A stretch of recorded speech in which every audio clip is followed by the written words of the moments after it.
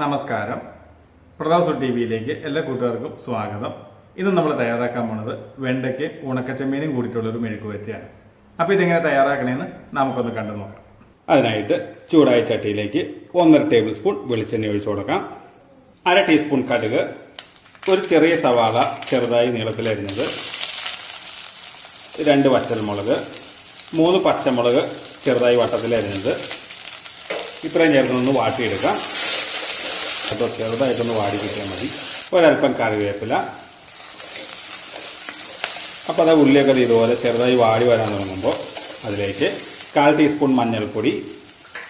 മഞ്ഞൾപ്പൊടിയുടെ പച്ചമണം മാറുന്ന വരെ ഇളക്കി കൊടുക്കാം. മഞ്ഞൾപ്പൊടിയുടെ പച്ചമണമൊക്കെ മാറി വന്നു കഴിഞ്ഞ് കഴിയുമ്പോൾ അതിലേക്ക് 250 ഗ്രാം വെണ്ടയ്ക്ക അത് ഇതുപോലെ നീളത്തിൽ ചെറുതായി അരിഞ്ഞത്, ഒരു കൈപ്പിടി അളവിന് ഉണക്കച്ചെമ്മീൻ വറുത്ത് അതിൻ്റെ പാലും നിറയൊക്കെ നുള്ളി കളഞ്ഞ് കഴുകി വൃത്തിയാക്കിയെടുത്താണ് അത് ചേർക്കാം. ആവശ്യത്തിന് ഉപ്പ്. ഇത്രയും ചേർത്ത് നല്ലതുപോലെ ഒന്ന് ഇളക്കി യോജിപ്പിക്കുക.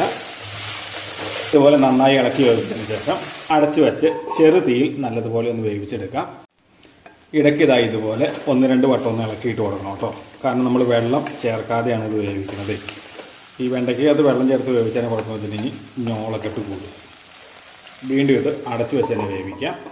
അപ്പോൾ നമ്മുടെ സ്വാദിഷ്ടമായ വെണ്ടക്കയും ഉണക്കച്ചെമ്മീനും കൂടിയിട്ടുള്ള മെഴുക്ക് വെച്ച് തയ്യാറായിട്ടുണ്ട്.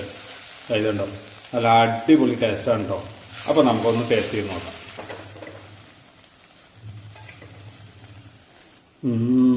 അടിപൊളി, സൂപ്പർ, എന്താ രുചി. അപ്പോൾ തീർച്ചയായിട്ടും നിങ്ങൾ എല്ലാവരും വീട്ടിലും തയ്യാറാക്കി നോക്കാം കേട്ടോ. അപ്പോൾ ഈ രുചി എല്ലാവരിലും എത്തട്ടെ.